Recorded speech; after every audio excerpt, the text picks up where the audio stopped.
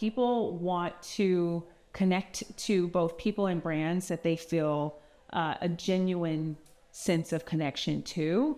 And so I think the influencers can help create a bridge between brands and consumers in a really interesting and authentic way, if done right.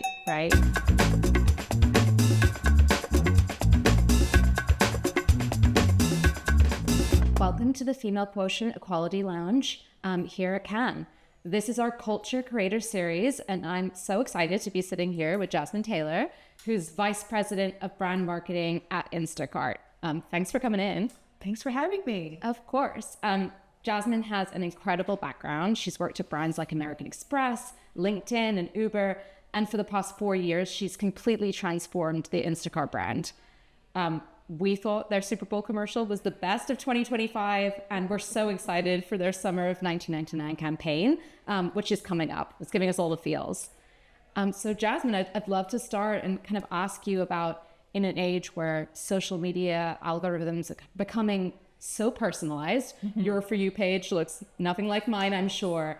How do you keep your pulse on what's truly relevant for Instacart's consumers? Yes, absolutely. So at Instacart, we have a bit of an edge, I must admit, because we have grocery data.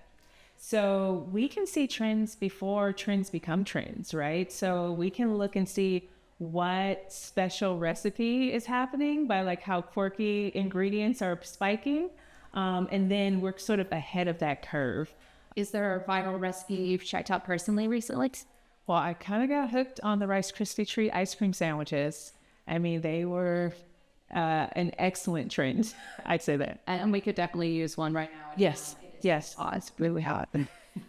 So when you do find out what's culturally relevant, you have that grocery store data to back it up. How do you go about inserting Instacart as a brand into that? And how do you think about the role that you play? Yes. And so the grocery data weigh in is really key to that strategy, right? Because what we want to do as a brand is show up when it's relevant.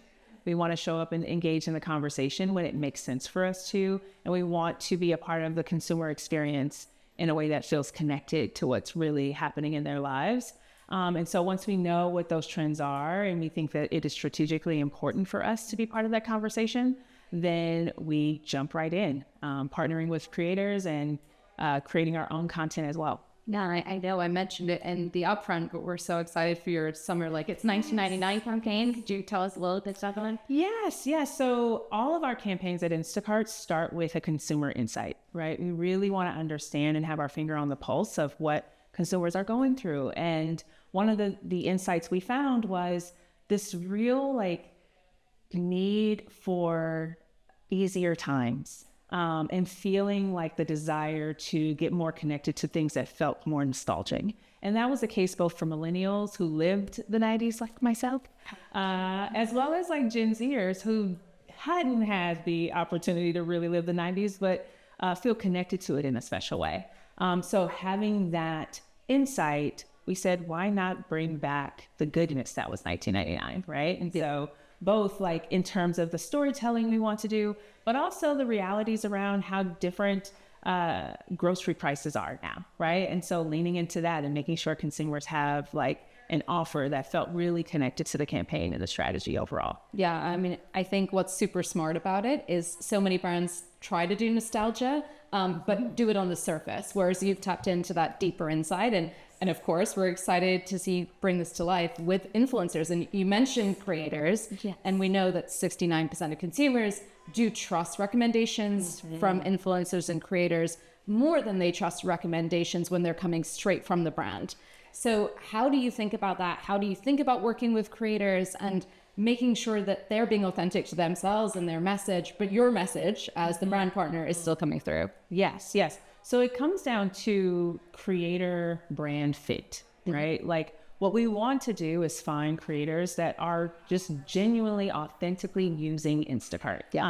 And so if you find that right connection, it never feels forced, right? And so we know who our core consumers are. We know that they are the head of household. We know that they're the busy professional. We know that sometimes they're the younger student who's just getting started. And so if we understand who those consumers are, then the connection with influencers just makes sense. Yeah, and this wider shift in how brands are trusted or not trusted, how do you think about that? Yeah, I mean, I think like people want to connect to both people and brands that they feel a genuine sense of connection to. And so I think the influencers can help create a bridge between brands and consumers in a really interesting and authentic way, if done right, right? And I think like that's why having a influencer strategy is so critically important to our marketing strategy. Because I see it as truly, if we can do it right, they are true extensions of our brand. Absolutely. And one thing we like to say at Linqia is we talk about creator content everywhere. So of course, I think when you hear creator, influencer, your mind goes to social media. But now we're seeing creators in Super Bowl spots. We're seeing them on billboards and CTV. We're seeing creators start their own brands as well. So as a marketer, how do you think about that? Where does influencer live in your marketing mix? I think it can potentially live anywhere, to your point. Like, I think it is right customer, right message, right time. So with influencers in the marketing mix, to your point, it's no longer social. Influencers are their own channel in many ways. They are their own part of the mix. And I think the more we start to like strategically think about how that mix can change, the more effective our campaigns will be. Absolutely. So Jasmine, we like to end with a little bit of rapid fire. So going to hit you with some fast ones. First up, what does your For You page look like nowadays? Lots of mom influencers. I am a mom of 3. And it's like the range. It's the mom who has it all together, very, very buttoned up. And it's also the slightly unhinged mom. Because I can be both at times myself. Excellent. And so, that's my For You.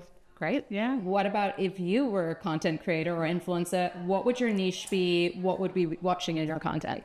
I would be one of those cleaning influencers. Yes, I love that. Think that, like, honestly, like starting with like a kitchen that's disorganized and then just going through the process of like organizing the fridge, cleaning the counters. Like, I'm obsessed with it.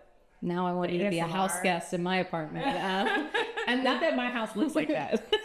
And then finally, if you had one piece of advice for people starting out their career in marketing today, what would it be? Yeah, I would say like embrace being both left and right brained, like being both creative and analytical, and also embracing change. It's an industry that has changed so much over the last 10 years even, and it'll continue to change. And so if you're looking for a space that's unexpected, and you can roll with the punches and be collaborative, marketing is the place for you. Thank you so much, Jasmine. It's been a pleasure to speak to you. Same.